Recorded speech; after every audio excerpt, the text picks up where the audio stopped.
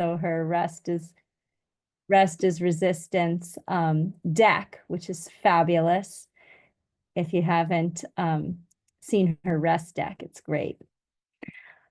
Hi there, Diane. Welcome.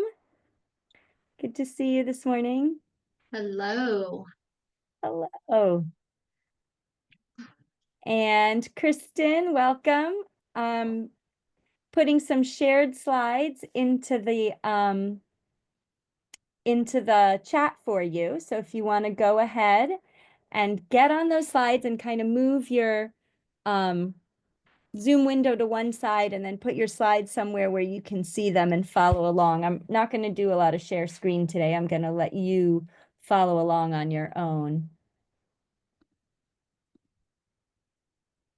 All right. So got it. I see you, Carmela.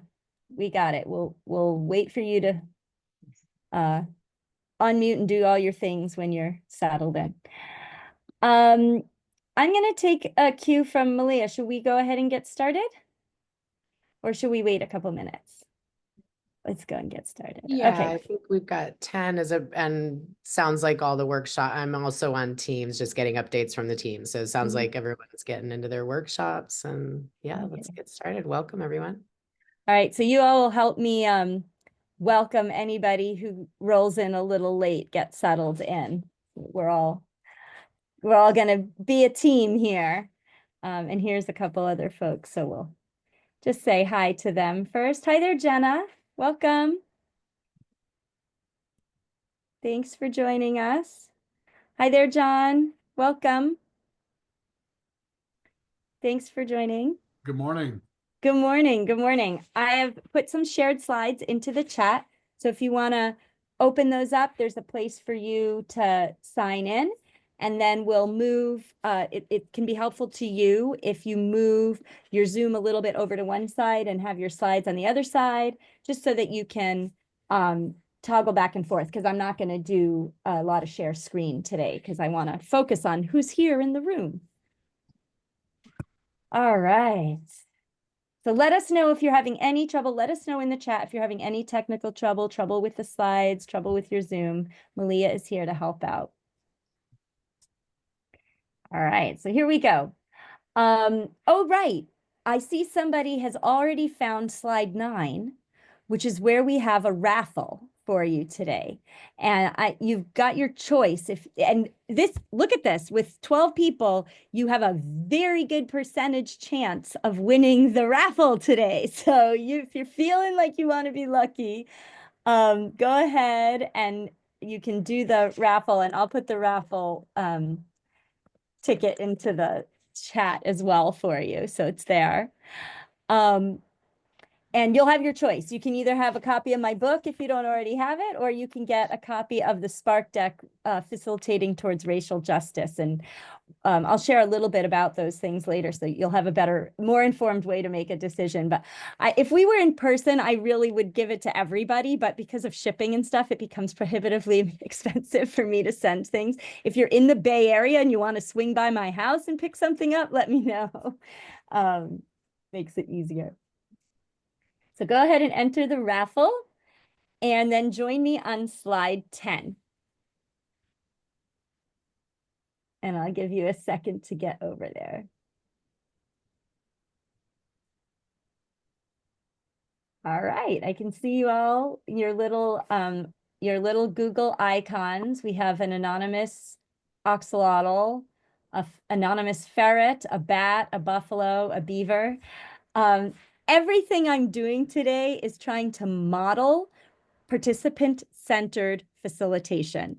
And so a big way that I do that when I'm virtual is by using a shared set of slides that we're sort of playing on while we're also together on the Zoom. You got to think of the slides that we're using kind of like the chart papers that would be on the wall if we were in person, and also like handouts I might give you if we were in person. I do not use PowerPoint in my in-person sessions, and we'll talk more about that and why I don't do that later. But for now, just know these slides are going to be yours to keep. You make yourself a copy. Feel free to reuse any of these slides that you want. That's a big part of the modeling, is that you can copy and paste and use these slides. Some of them have some tools that you might find helpful on them. The only thing I ask is that you keep the logo on them if you're going to use them for something else. So we're going to do 4 things today in the interest of modeling. I am really going to just model the flow of a high-quality, participant-centered workshop that has these 4 steps in it always. We always want to start by getting grounded and oriented, which is the first thing we'll do. Then we want to warm people up and get everyone's voices in the room. We want to have time to learn and share. And today we're going to talk specifically about how to do that in ways that are very active. And then we'll close with creating action steps. And that is the flow that I like to use and encourage people to use when they're facilitating. So since we're a small group today, I would love to give us all a chance to get our voices into the room and just model a few things in our grounding. So let's talk about grounding and what grounding looks like. Okay. By a quick show of hands, how many of you already start your sessions with a grounding activity? And you may not know what that means yet, I realize, but if you do understand what I'm talking about, a grounding activity is just something to help people arrive. So how many of you already start with some sort of grounding activity before you launch into your workshops? And you can just raise your hand if your video's on, or you can give a thumbs up if your video's off. Yeah, okay. So some of us are familiar with grounding activities. And if not, no worries. We're just going to talk about them for a minute to start and understand what they are. So we'll get your voices in the room in a second on this.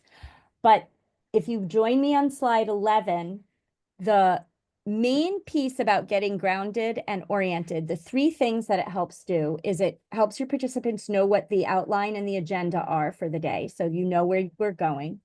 It addresses the heart and the soul and helps people feel inspired about being there.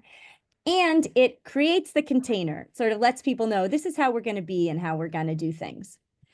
So we're going to go one by one through each of those pieces much more slowly than if you were actually doing a workshop. Your grounding would probably be 5 minutes. Today, our grounding is going to take us about 15 minutes because I want to explain and give you a chance to reflect on that.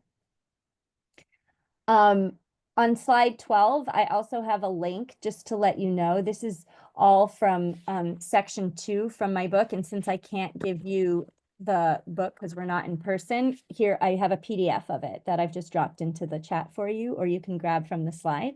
Feel free to print that out if it's helpful to you. All right. So my assumptions, we're going to jump down and talk about outlining the agenda. My assumptions on slide 14 is that you facilitate workshops, classes, or events, and 2, that you're interested in making your sessions more inclusive, impactful, and meaningful for participants. Am I right? Are those assumptions right? Is there anything I missed? Is there anything else you were hoping to get out of this? Nice, Isaac. I love that. I love the reactions. If there's anything else that you were that I should know about you or why you're here today, feel free to go ahead and add it into the chat.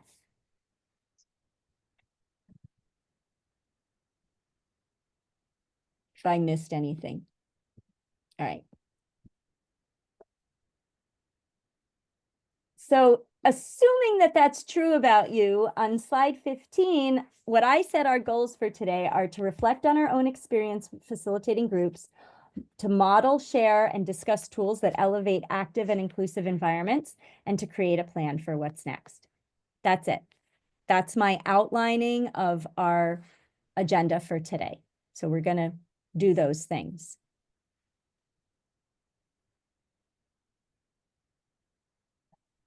All right, so taking a breath. I like to put in these slides on slide 16 to remind me to take a breath. The next part of what happens in our agenda, when we're doing grounding and orienting is to address the heart and the soul of folks in the room. So right now on slide 18, you'll see for today's grounding, I'm suggesting a moment of silence, and also that people can check out ideas for self-care.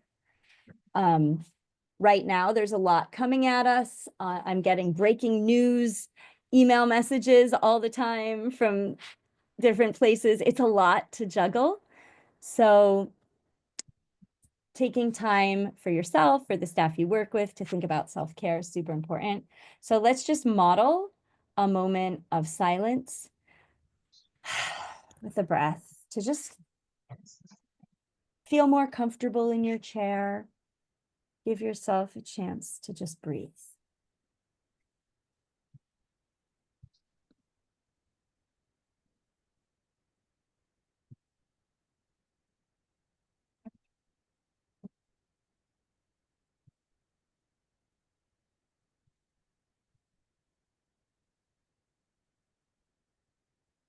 Thanks, everyone. Becky, welcome. Glad to have you join us. I put some slides for you in the chat.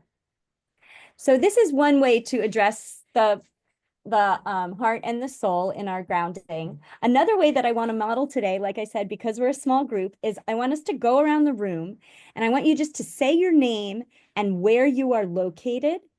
And then the rest of us are going to turn in that direction. So like I'm in the Bay Area, and if someone says they're up in, I don't know, Eureka, we'll all turn to wherever Eureka is in our orientation, and we'll just send them a hello and some good energy in that direction.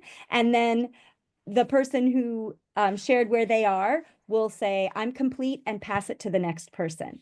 So let's just do that to all get our voices in the room and to sort of address our souls and acknowledge that we're all scattered around the state. So I'll go ahead and start. My name is Eva, use she, her pronouns, and I'm in El Cerrito, California. So if you could all turn towards El Cerrito, California and send me a little hello and some love in the space. Awesome. Thank you. I am complete, and I'm going to pass it to Isaac.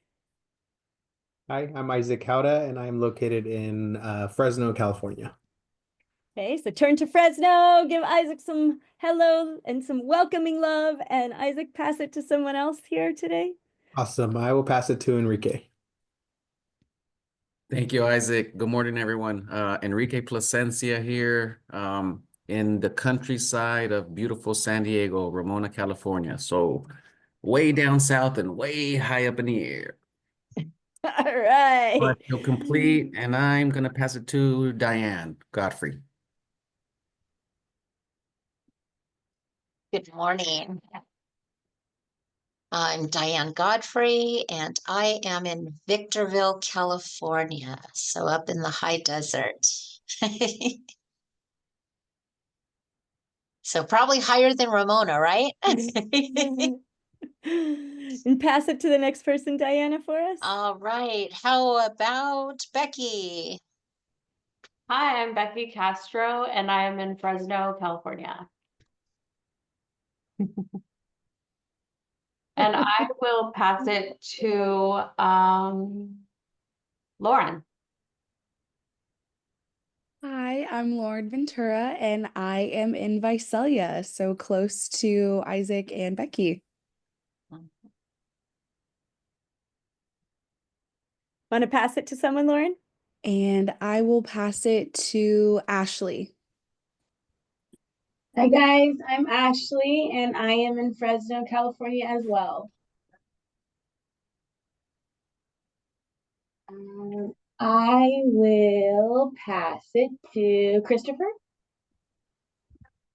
Good morning, everybody. My name's Chris Stevens. Chris or Christopher both work. I am way down in San Diego, like Enrique mentioned, at the County Office of Education. So further south than Ramona. We'll see if anybody else is further south than me. I'm waving in the same direction for everybody. And I am complete. I will pass it off to Kristen Galindo. Hi, I'm Kirsten Galindo, and I am in Ventura, California.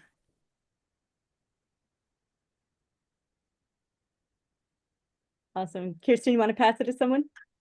Oh, I don't know who's left. Let's You've got see. Malia, Tria, Danielle, and Carmela. Okay, I'll pass it to Daniela. Hi, I'm Danielle and I'm up in Sebastopol in the Bay Area.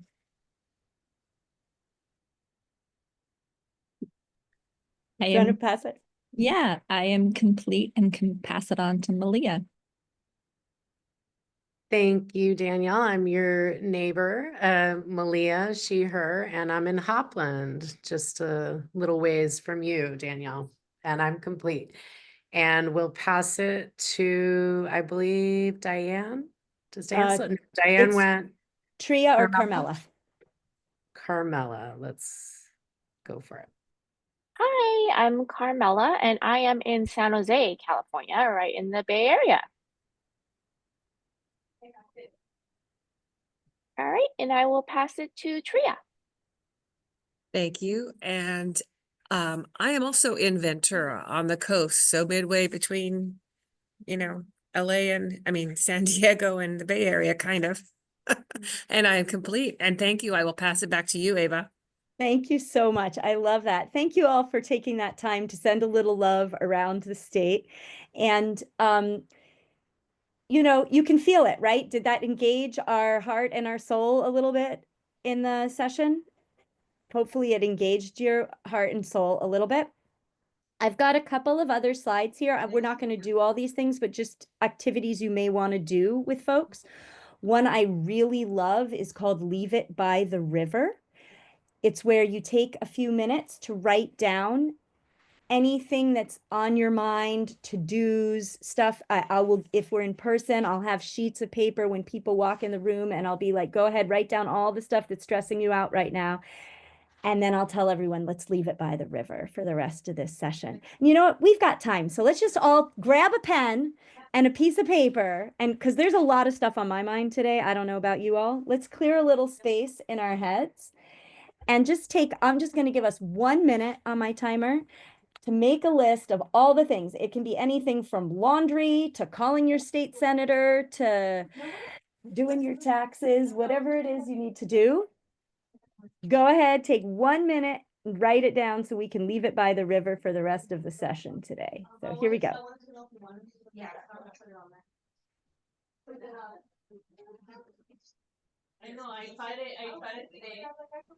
And Diane, I'm just going to mute you so we can work in quiet.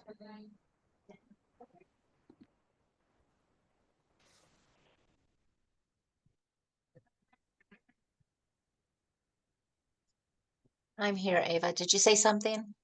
Oh, I just wanted to mute you because there was some background noise in your space. That's all.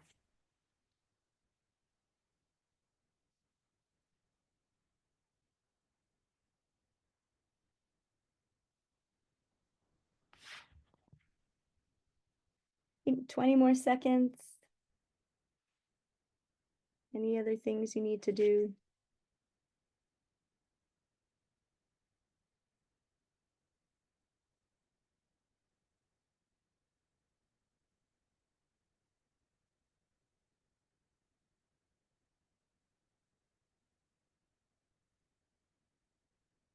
All right, finish up your last to-do item there. Thank you. And now go ahead and just shut that paper, put it away, give yourself a break from that. All right, we'll come back to that later. Lastly, another really important way that people do grounding is through land acknowledgements. And one of the things we could have done when we were sending each other love is on slide 20, everyone could have checked if they don't already know whose land they're on, which Indigenous people are there. They can go to this link that's on slide 20 and they can add that into their saying, like, I'm in El Cerrito on the land of the Ohlone, and then we can send some love that way.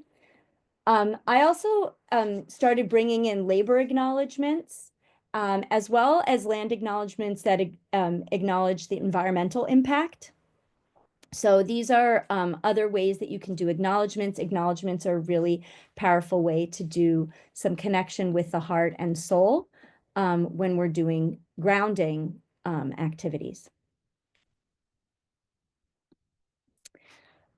Out of curiosity, how many of you start with some sort of land acknowledgement, labor acknowledgement, environmental acknowledgement at the start of your sessions? Anyone doing that regularly? Okay, so there's something that you might want to take away from today is integrating that into the start of your sessions. The last thing we want to do in the time with our folks when we're in that portion of our agenda where we're getting grounded and oriented is just create the container. So for today, I'm on slide 24, now moving to slide 25. I want to let you know that the bathroom is just down the hall on your left, and across from the bathroom is the coffee maker. So if you need coffee or to use the restroom anytime in the next hour and a half, please go ahead because we're not going to take a break. It's a short session. We're just going to roll through. So you can and I put out some extra tea bags too, because I know a lot of people are getting sick right now. There's some echinacea tea and stuff for you. Obviously, that's a joke. I can't do that because we're not in person. But if we were in person, I would be doing those sort of things to create the container. I also like to share some helpful guidelines. For example, keeping yourself on mute to help with background noise, invoking confidentiality, throwing your phone away to somewhere where you can't reach it during this session because it's a great fidget toy, and picking up a pen to fidget with instead, things like that. So feel free to use these slides. Again, like I said, everything I'm doing is trying to model.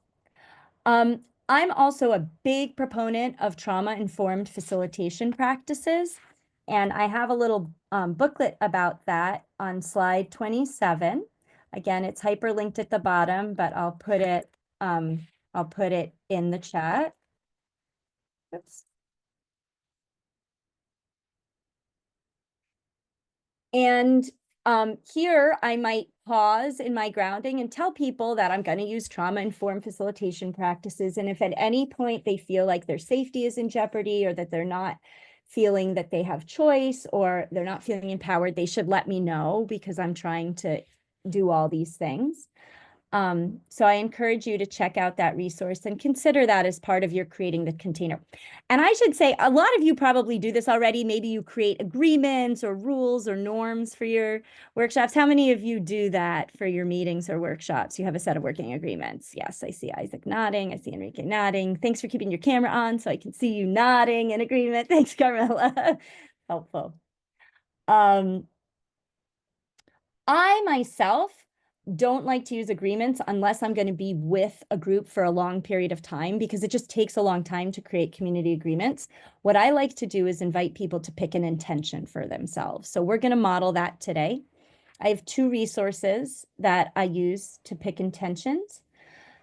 The first one is the Practices for Dismantling Racism Spark Deck that I mentioned at the beginning of this session. And it has just different practices. Actually, Tema Okun, if you're familiar with her work, she helped edit this deck, and it just has different practices that are relevant to groups working together. So if you check out slide 28, the most important one to me today that I would pick, they're cards, so I lay them out on a table and people can pick the cards. For me, what's relevant today is this particular one. We recognize that unconscious adherence to dominant norms creates unsafe spaces for those who do not adhere to those norms. And we recognize that power is a privilege and does not grant us a right to comfort. So I'm going to hold that one for myself. That's from the Dismantling Racism Spark Deck.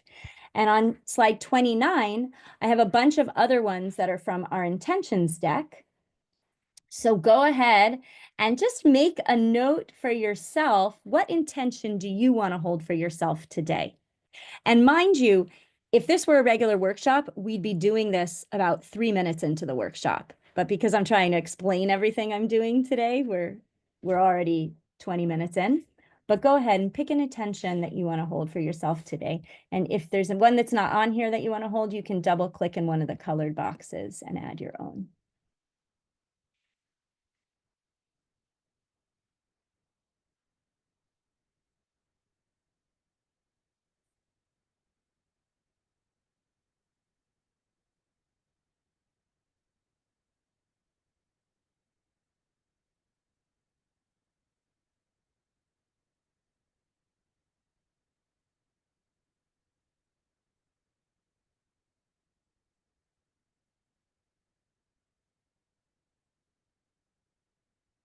And if it's helpful to you, you can write whichever one you're picking down on a piece of paper.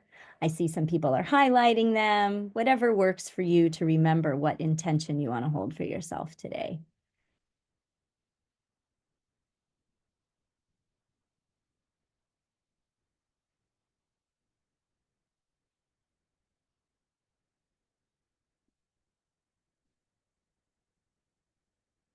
All right. Give me a thumbs up when you got your intention and you feel ready.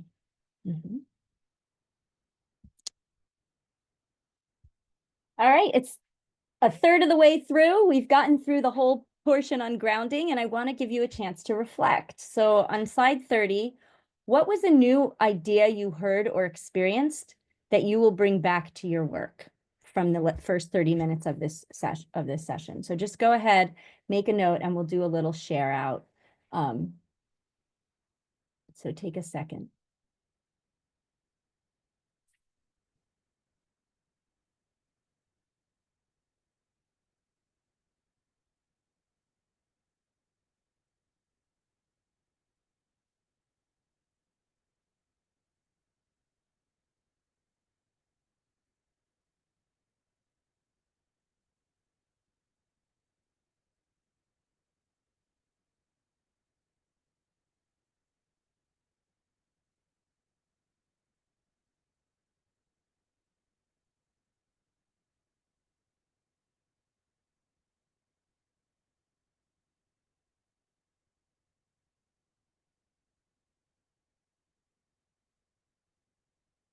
All right, finish up your thoughts.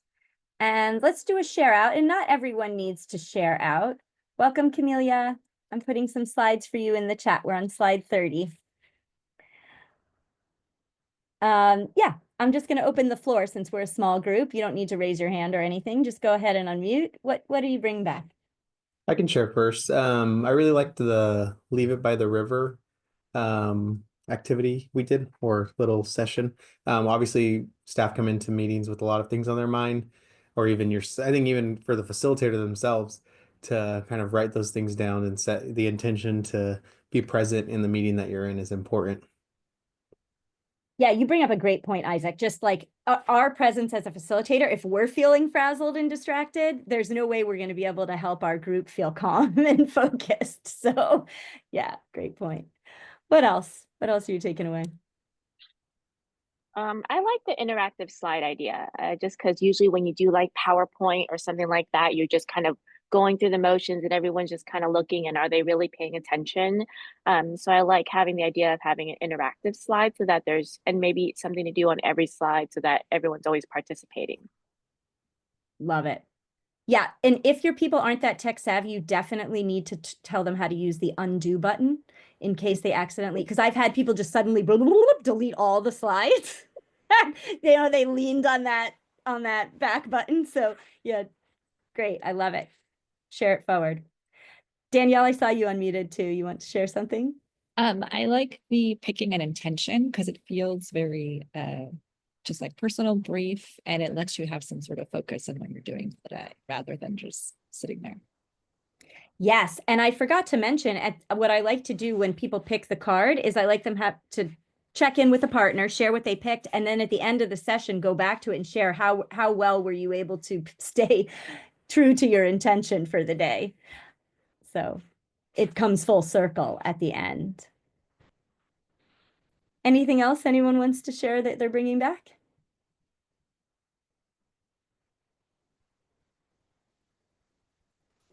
Okay, don't worry, there will be more opportunity for you to share. I like to try to give a lot of wait time, especially on Zoom, because it can take a hot minute for people to find their unmute button. And waiting is a really hard thing to do on Zoom. So if I'm moving too fast, please feel free to interrupt me later and be like, wait, I was trying to find my unmute button. That's totally fine. Okay, so we're half hour in. We've got to take a break to stretch and get up and just move a little bit our shoulders. So if you are able to stand, I encourage you to stand for a second. How many of you are still remembering to use your 30-minute timer app so you get up from your computer every 30 minutes and don't end your day with a headache? Okay, take a breath. Shake it off. It's cold up here. I have a blanket on my lap, by the way. Maybe it's not so cold. Most of you are in Southern California, but up here in the Bay, it is cold. So now we're going to get to our warm-up time. And for those of you who come from a teaching background like me, we used to call this the hook, but it's sort of the fun thing that we do to get into the topic. So I dread warm-ups where people are like, what kind of office supply are you? Or like, what's your favorite restaurant? Those are fun to just get to know people. But use your time wisely. Choose a warm-up that has something to do with the topic you're going to be talking about to get people activated and thinking about what they already know about that topic. That is, if you come away with nothing else today, it's to improve your warm-up questions so that they actually align with the content of your sessions. So we're going to go into breakout rooms for this so that we can have more time chatting with each other. And we're going to do 2 different rounds. So if we were in person, this would be a stand up and mingle and find a partner to talk with. So for round 1, I want you and your partner to introduce yourselves to each other and discuss what is outlined here on slide 33, but I'm also putting it into the chat. What was the best professional development or professional learning session you ever attended and what made it so great? And what was the worst professional learning session you ever attended? And what made it so awful? So introduce yourself to your partners. Like I said, we'll be 3 people per room. And take, let's see. So since there's 3 of us, we'll put 3 minutes on the timer. So that should be about a minute per person. We'll put 4 minutes on, just so you can have a good chance to introduce yourself and then share. And for Isaac and Kirsten, you're in a room with Tria, who may or may not be able to participate because she's in a loud classroom. So if she's not able to participate, either check in the chat to see if she's participating there. Oh, Malia, I've got the breakouts. You don't need to do them. Thank you. I'm sorry, I didn't communicate that to you. Yeah. Okay, great. And Malia, if you want to join room 3 with Isaac and Kirsten, just because I think maybe Tria isn't there, that would be a great room if you want to join the conversation. Cool. Okay, here we go.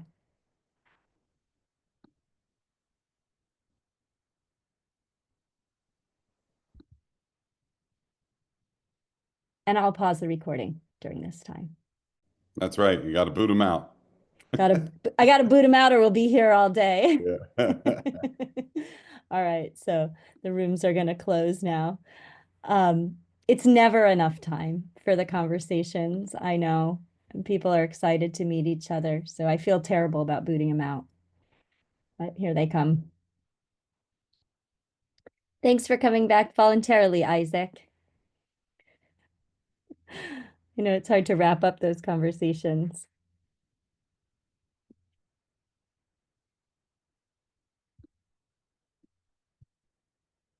Welcome back.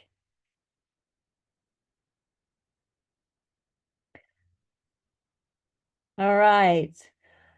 Wasn't enough time, right? Never enough time. It was okay? All right. So I forgot to ask you, how many of you are running virtual versus in-person sessions? Like, how many of you have virtual more on the mind and how many of you have in-person more on the mind? You can just add it into chat or you can unmute.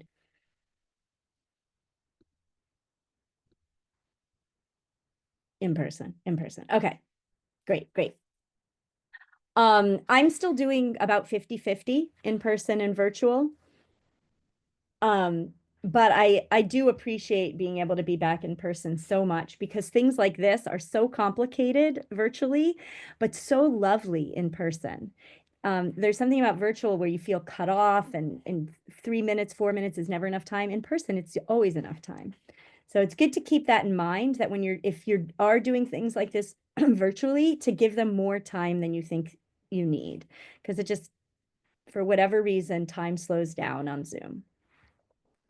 So our second question, now that you've had a chance to describe your best and worst professional learning experiences, is to answer the question, and you'll have new people to meet, I'm putting it in the chat. It's also on slide 34. What advice would you give to a facilitator who is going to lead a professional learning session with you? What would you want that facilitator to do? So let's see if Zoom will accurately mix up our rooms so that you get to meet some new people. And Malia, you want to join room 1 this time? Okay, great. Is everybody okay in their rooms? Everybody able to chat? All right, so 4 minutes in your rooms. Answer, what do you need from a facilitator? What advice would you give them? Here we go.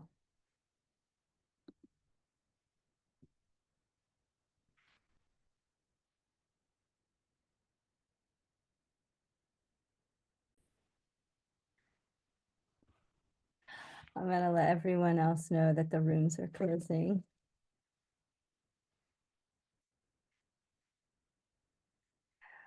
Welcome back. Thank you.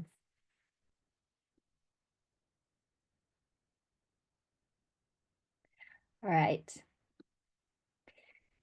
So we're going to be, while we wait for room 1 to wrap up, they did have 4 people, so we have to give them a little grace.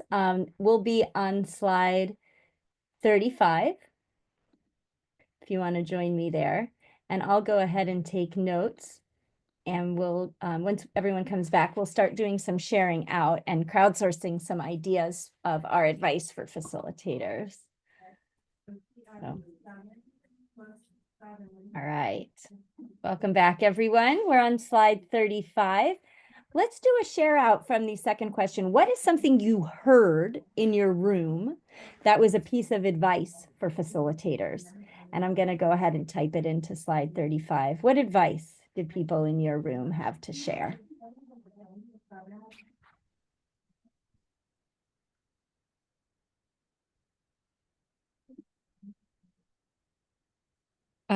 I can share some of ours. It was Carmela and myself, and mine was basically trying to stick to the script and not get derailed by audience member questions, comments, and like deep diving into everything, but like kind of creating space for them later to say, oh, that's a great question. Can you write that down? We'll get back to that. And then in addition, not overwhelming with too much information and making sure that like if you have resources or things that you can deep dive later, but like kind of keeping it, you don't want to overwhelm. So just being mindful of what you're presenting. Yes, I feel like I may be guilty of overwhelming a little bit today, so I appreciate that reminder.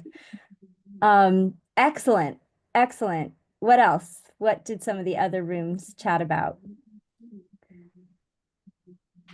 Well, we spoke about strengths and weaknesses, more so asking each other questions beforehand instead of giving each other advice, getting to know the type of style of presenting that we have individually, piggybacking off of each other after that.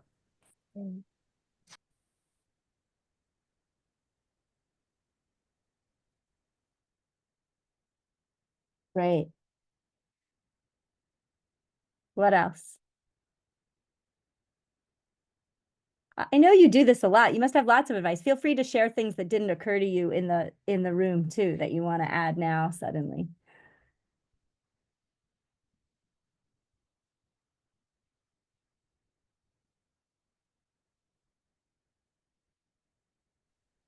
Definitely being well organized.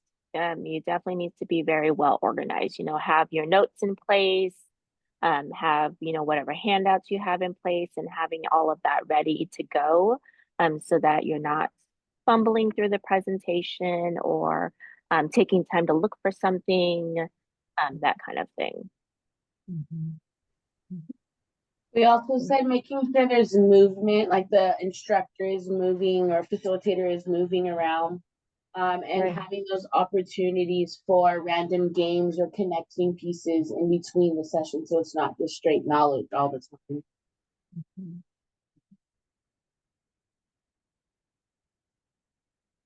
You know what I like to say? Less information, more transformation.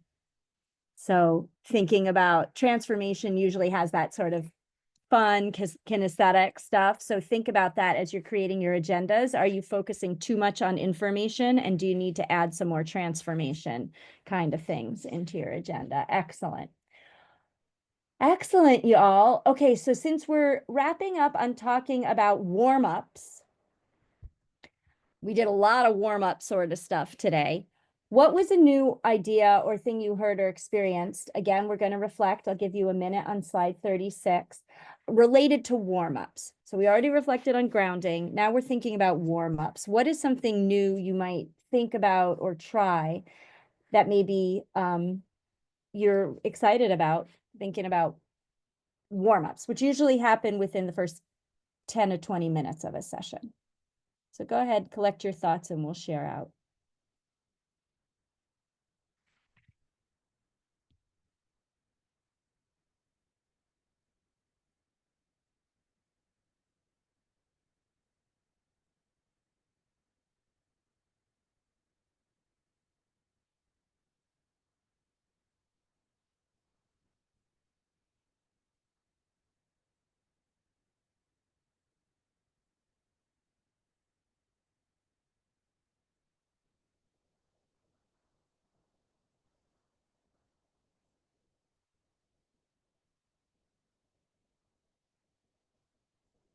Take 20 more seconds, finish up your thought.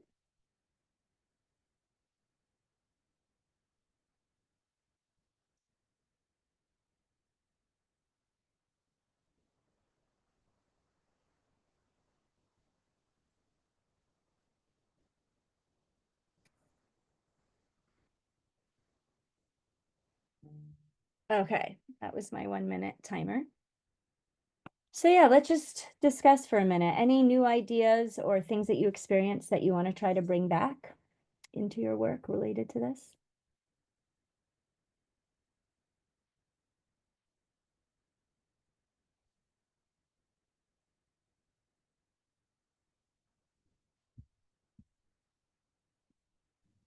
Maybe not new, but just a good reminder. I liked what you said about less, not too much information, but more transformation. Because I think, especially me, I'm kind of long-winded in emails and agendas. So building time and recognizing that, you're with the individuals you're meeting with for a set period of time, and what are your real, need to accomplish. And some of them are coming to the meeting with a lot of other things on their mind. So they might appreciate some of those introductions or intention setting, because it could help them in, their to-do lists outside of the meeting that you're going to have with them. So I think just keeping that in mind, making sure the agenda is not too jam-packed to where there's just a bunch of information and no one retains it. Yeah, great. And also in the advice to facilitators is that piece about, like, when if you feel like you're going to need to overwhelm people with too much information, put it in writing and give it to them. And then what I say is use your time together to discuss what's on the paper. So if you can, provide it to them in advance. And then when you come together, what questions do you have about what I shared? How is this relevant to what we're talking about? So use the time for discussion instead of sharing. Yeah, great. Anything else people want to bring back? I would add to that as great for documentation purposes, especially if you want to have a conversation with someone and you want to be able to cover all of these things in that short amount of time or whatever amount of time that you have with them, instead of having to have that conversation and then say, okay, circling back on the conversation that we had, here's a list of everything that we talked about, but having that already in their hands, then you can say it was great to have a conversation. We got to talk about all of these things, and then you have a more detailed documentation that you both understand of what you had talked about, whether positive or negative, but it's just helpful to know that these are the items that we had discussed, and having that documentation for you both on hand. That's great, Lauren. And that also actually goes along with meeting minutes. Like, you bring back the minutes, like, here were the decisions we made last time, here were the to-dos from last time, and starting your meeting by reviewing those things, because otherwise those get forgotten and lost, and you end up starting all over again. And you're like, wait, I think we might have had this conversation last month when we met. So talked about this. Yeah, even it could be a one-on-one meeting, or it could be a huge meeting with all your grantees or whatever. Like, having everybody have a chance to see what happened last time and review that in writing is very helpful. Excellent. Excellent. Anything else anyone wants to share?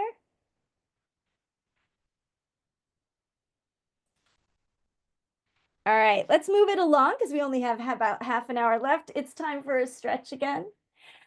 We've got our breath slide on slide 37. We're covering a lot of ground in a short amount of time. And I really appreciate all of your active engagement. Welcome, Marcelino. Glad to have you. I dropped the slides into the chat. We're moving into slide 38 now. Okay, welcome. So slide 38 is really like the most important meat of your workshop or your meeting. It's where you are doing the thing that people came together to do. So your warm up and your grounding, those are things that help your participants get into a space where they're ready to participate and do the thing that you're there to do. And so what's really important is that you have ways to be active with people so that you're not talking at them for an hour, but that there's actually interaction going on. So again, this is from section 4 in the book. And since I'm not in person and I can't give it to you, here's section 4 for you. It's in the chat and it's also on slide 39. Please go ahead and read it when you have a chance. There's lots of ideas in there for keeping people active. But today we're just going to I'm just going to model a handful of strategies that you can use. I'm sure you all have lots of ideas, so we're going to start there. The opposite of keeping people really engaged is what Isaac was just talking about with, like I can be a little long-winded too. And what I become then is a sage on a podium. I've got my microphone, I've got my PowerPoint, and I am talking away. And people are falling asleep, they're checking their phone, the information is not landing. So what is the opposite of that? On slide 41, there are spaces for you to write all the way down to slide 44. So you can pick a box anywhere on any of those slides, double click in it, and it will let you write, what is the opposite of being a sage on a podium, a soap? Go ahead and share, what does that look like in a space? What is the opposite of you holding a mic and talking at people? So grab a square or 2 or 3 or 4 and share what that might look like. And if you're having trouble putting it into the slides, you can put it into the chat if that's easier for you, and me and Malia will copy it over to the slides.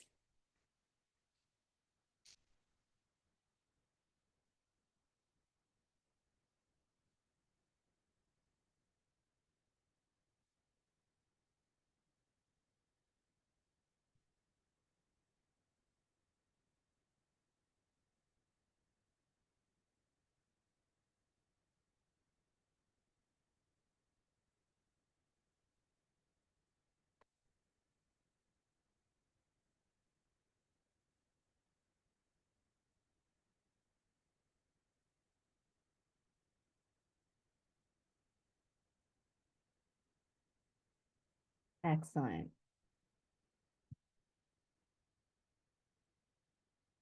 All right, so what I want to do now, wrap up your thoughts, finish your last box. I'll give you about 10 more seconds.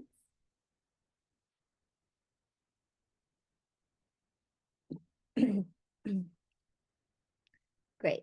So go ahead, find an idea and the ideas are all on slide 41 and 42. Find an idea that is something you didn't write, that you're like, yes, I love that idea. Or that you're like, I have a question about this. So everyone pick one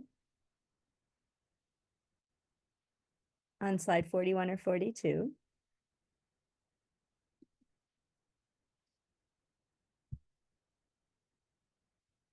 And let's go ahead and share back.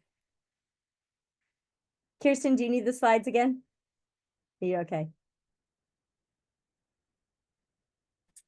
I have. Okay, great. Okay, so let's do a little share out. Pick one that you want to share out that someone else wrote, either that you agree with or that you have a question about. Yeah, go Tria.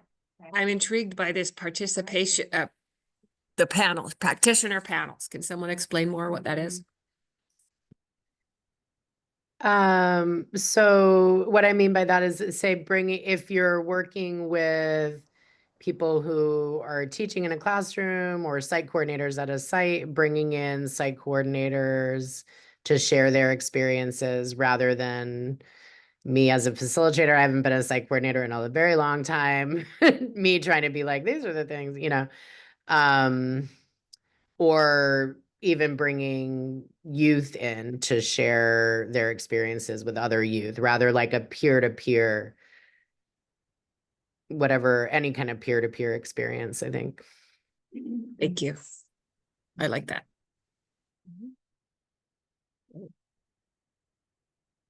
What else did you pick off these slides?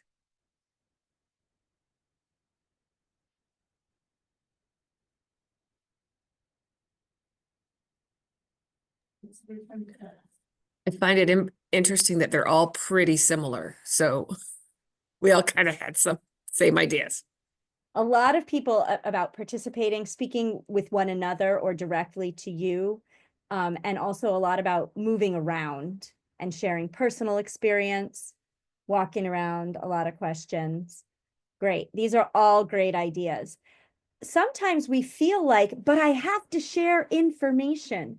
So I really encourage you to check out section 4 that I provided you with later, because there's actually lots of ways to share information without just lecturing at people. Like you can have people read it and then turn and talk to each other about what they read. There's just like lots of ways. And I'm going to model a little bit more about that in a second.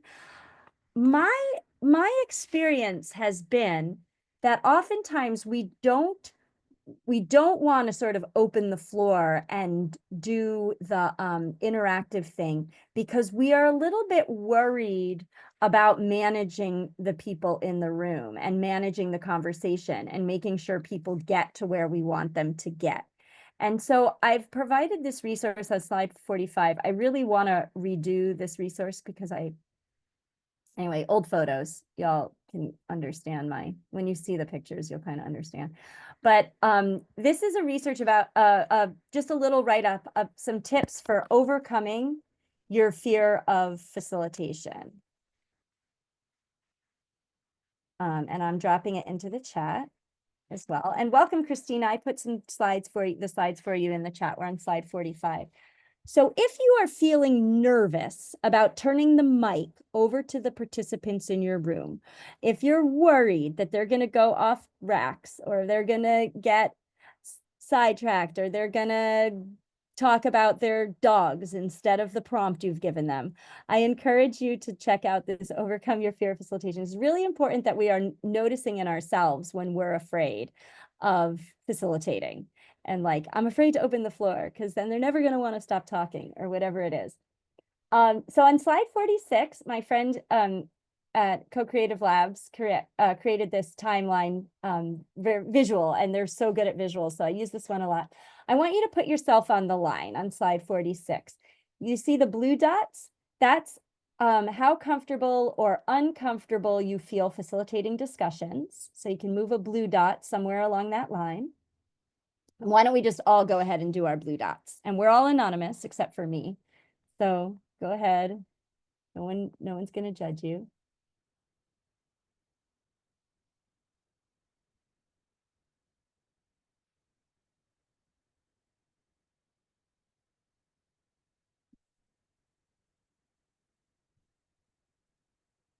Okay, so we can see this group. Most people are feeling pretty comfortable facilitating discussions. So now for the orange dot, how comfortable do you feel involving participants in activities? Like, okay, everyone, we're going to do this snowball activity now. How comfortable do you feel with that? Go ahead and move a orange dot. Okay, so most people feel pretty comfortable with that.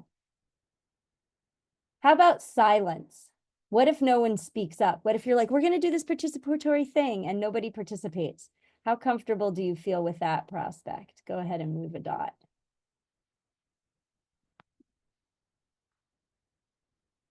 Okay, so we're getting more green dots on the right-hand side.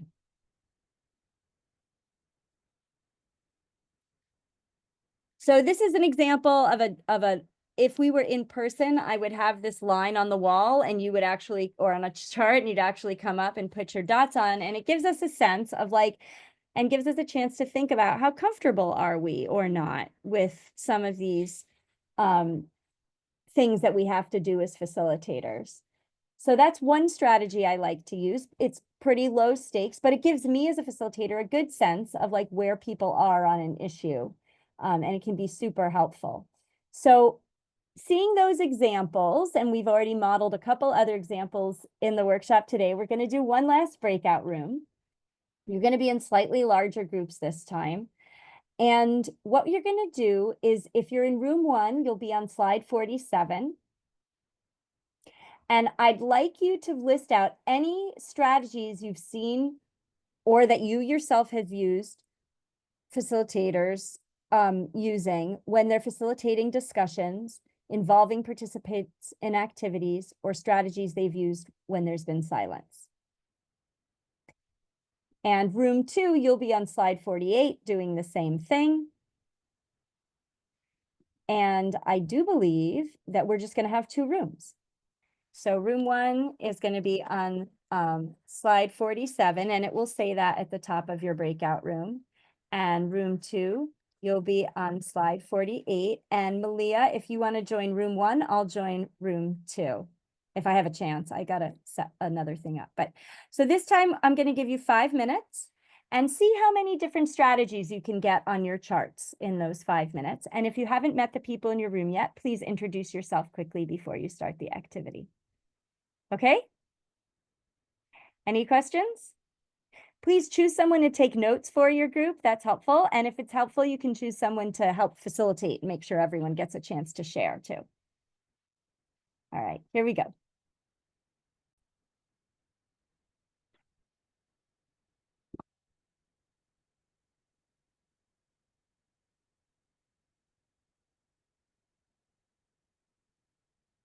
All right, welcome back. I know we could have stayed in there all day having this conversation and sharing, but if you'll notice on slides 47 and 48 now, there's some great ideas, and I love the humming a Jeopardy song. I'm totally going to bring that back. So I think that's great. And what I love about running these workshops is I always learn something new too, right? So awesome idea. So I want to give you all a chance on slide 55 one more time to reflect what's a new idea or that you heard or experienced around active participation. Again, this third topic that we've been talking about this morning that you will bring back into your work. So I'll set my timer for 1 minute for you to collect your thoughts, and then we'll share out what is something you want to bring back.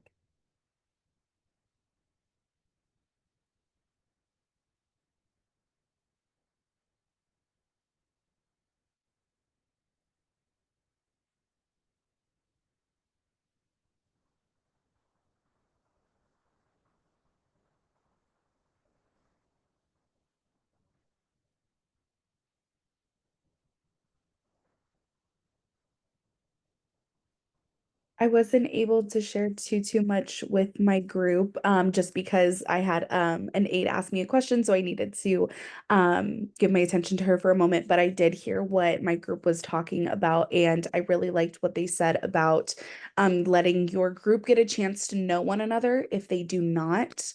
That might make it a little bit easier and more comfortable for them to be able to share if they know each other a little bit better. Especially if you're bringing them all together for the first time. So doing those team building activities is really helpful for them to feel comfortable with sharing. Excellent. Yep, great suggestion. What else? Let's go ahead and open up the floor. Who else has a reflection of something you want to bring back?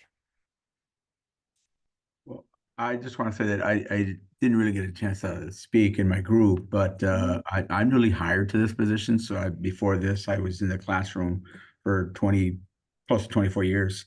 So I'm looking to apply everything that I've learned or applied with my kiddos in my classrooms with adults. So I'm glad that everybody is just so honest in regards to their experience, because it sounds very similar to what would happen with kids anyways. So I mean, just in terms of just all of the discourse strategies that I've learned over the years, eagerly awaiting to have the opportunity to apply that with adults and in trainings and whatnot. So yeah, thank you, everybody. You know, Marcelino, you bring up such a good point. There is nothing worse to me when we're telling adults who work with young people, you've got to make it interactive for the young people. You have to make it so they can share. You have to base it on their interest. And yet we don't do the same and model it that way when we're doing our professional development with those same people. It's like so ironic, and yet so many people still do it. If you want the young people you're working with to feel engaged and inspired, you have to do that same strategy with the adults. So I'm so excited for you, Marcelina, that you're going to be bringing that to the people you're working with. Thanks for bringing that up. Great. Yeah. What else? What else came up for people that you're excited about?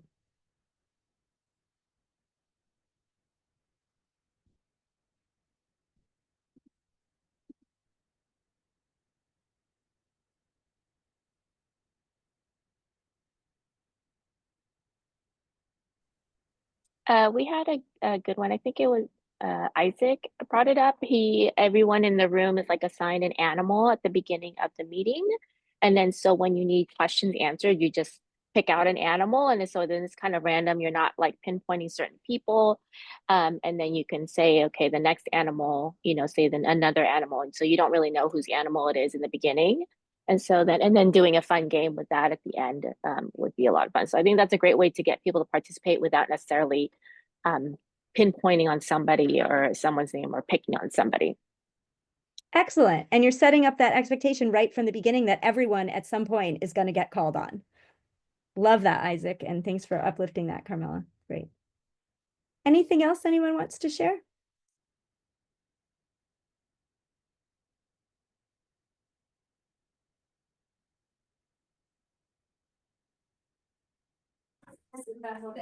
Along those lines, I'm going to call you out here, Ashley. Ashley had a good one where they walked around the room based on some criteria, same jeans, same color shoes, whatever, and they had a clock paper plate with the numbers around it, and you signed up.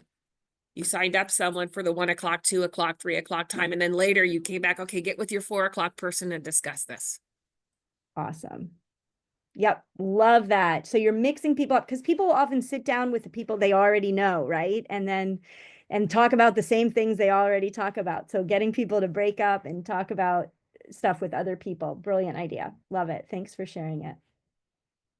Excellent. Well, like I've said a million times, these slides are yours to keep. So please feel free to come back to the ideas that are there now on slide 47 and 48. I just don't let me forget to sing the Jeopardy song sometime before we leave. So I got to ask one more question and then you guys have to be quiet. So I have an excuse to sing that. All right, so let's stretch one more time. We've got 10 minutes left and we're going to move into the last part of a good participant-centered agenda, which is the part that no one ever leaves enough time for: creating action steps and closing. So throughout today's workshop, hopefully you noticed I left time for reflection. We learn when we reflect. That's the bottom line. And so it's important to reflect throughout the workshop, but especially at the end. And in the end, a great way to reflect is by asking people, what are you going to do? Like, you've gotten all this information, but if I want to make it into transformation, we really need to know what is something we're going to try or what is something we're going to look into and maybe do more research on. So on slide 58, there's a couple of additional resources for active learning and engagement. Liberating Structures is probably one of the most popular websites for getting fun activities that can help people engage. And I'm also going to add on here, I'm not sure why I didn't earlier, Lego Serious Play. I have a set of Legos that when I'm in person, I love to bring, but there's also other kinds of manipulatives you can bring that help people think, maybe clay or other things like that. So if you have any other resources, feel free to add them here on slide 58, but also know that after the session, you can go and view this slide and look at some of these resources that can help you have a more interactive middle portion or even whole portion of your session. So with that, let's commit, y'all. Let's go to slide 59 And let's write down what is one thing you're going to try and what is one thing you're going to do more research about. And if you want to take more than one box and write more than one thing, please feel free to go ahead and do that because we've got lots of space. And if it's hard for you to type in the slides, go ahead, put it in the chat, and Malia and I will copy it over.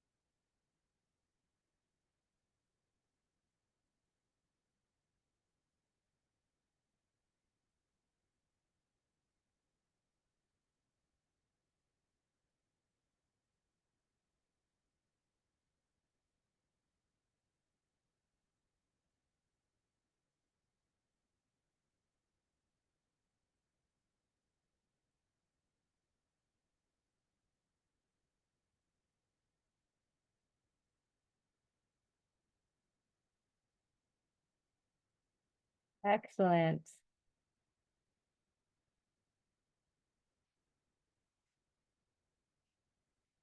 Now, don't forget, if it's helpful to you, you may want to write your idea. If you have some Post-it notes on your deck, you might want to write on your desk, you might want to write something like sing the Jeopardy song and stick it on your computer so you don't forget to do it. Because I'm not sure you're going to remember to open these slides later. So if it's helpful to you, write down the thing that you're going to try and that you're going to do more research about somewhere where you'll see it and you won't forget.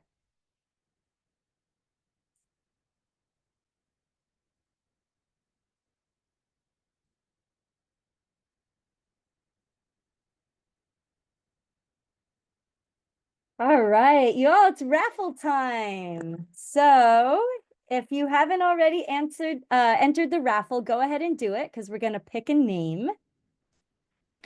And I'll follow up by email and mail whoever wins your choice of either the Facilitating Towards Racial Justice deck that you can use at the start of your workshops for people to pick, or a copy of the book. It looks like this, if you don't already have it. Raise the room. And yeah, hopefully next time I'll be able to come to Cannes in person and actually give you a copy. Give a copy to everyone. All right, are we all in the give me a thumbs up if we're all in the raffle.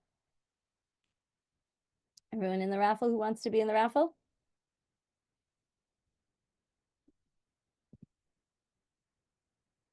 Okay. So Malia, since you are the room host, can you do me a favor and pick a number from 1 to 12? 8. Ashley, that's you. You're the winner. Yay! Yay. So I'll follow up with you afterwards so that you can tell me your address and I'll get that deck or book over to you. And if you weren't a winner, don't worry. You still have a chance with the lottery. I think it's still pretty high. So you have other ways to be lucky today. Okay, so we're going to move to our final closing now. And I want to share with you a couple of upcoming sessions. And of course, now my computer doesn't want to go back to the slide. So on slide 63, next week, I've got a free 30-minute session right first thing in the morning, Wednesday, on elevating your next retreat. So if you lead retreats, which are days away with a group of people, you might want to join that, or a full community of practice that starts on February 27th. If you do a lot of work with data and sharing data with sites, February 28th that is also a free session where we're going to talk about how to make looking at data more interactive. So please, I would love to see you all again. Your feedback is also welcomed. So here on slide 64 is a quick survey where you can let us know how you might improve this session for next time or what was valuable to you. So I'll give us all 1 minute to finish, to give a little feedback. It's in the chat as well. And then we'll do a big closing all together to go out on a positive note.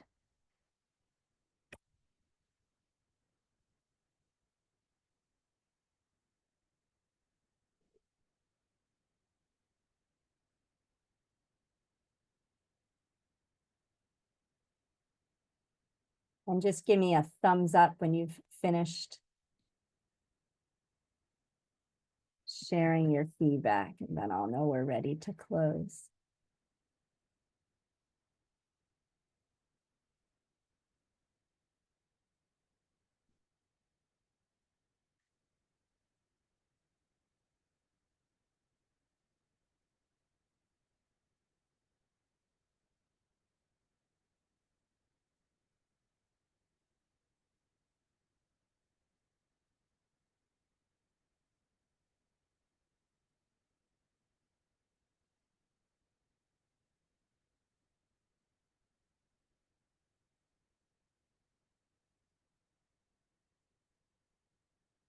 Thumbs up, are we ready?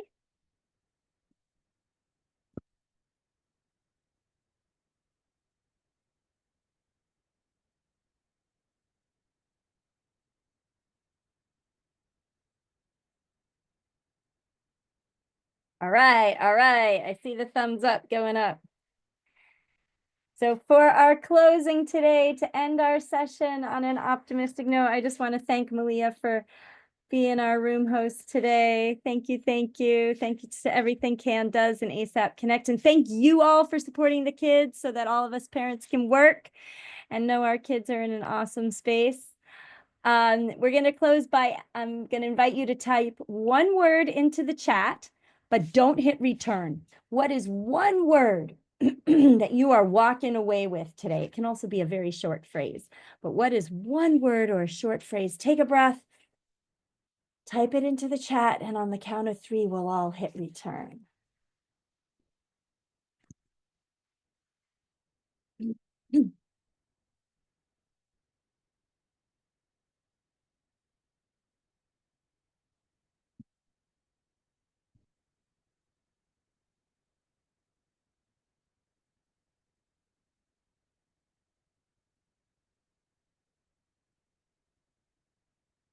Are we ready? Thumbs up when you got your word in, because we're at 11:30. All right, here we go. On the count of 3. 1, 2, 3. Awesome. Y'all, thank you so, so much for your time. Really, it's kind of wild ride right now, but hang strong. We're in this together. We got this. We've been here before. Session workshops are from 12 to 1:30. Anything else, Malia? Any housekeeping you want to share as people go?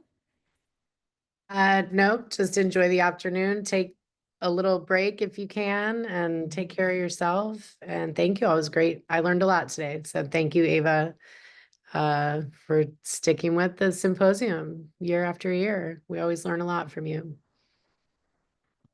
Thank you all so much. Good luck with everything you're doing. Take care. Bye. And turning off the recording now. So if anyone needs confidential time.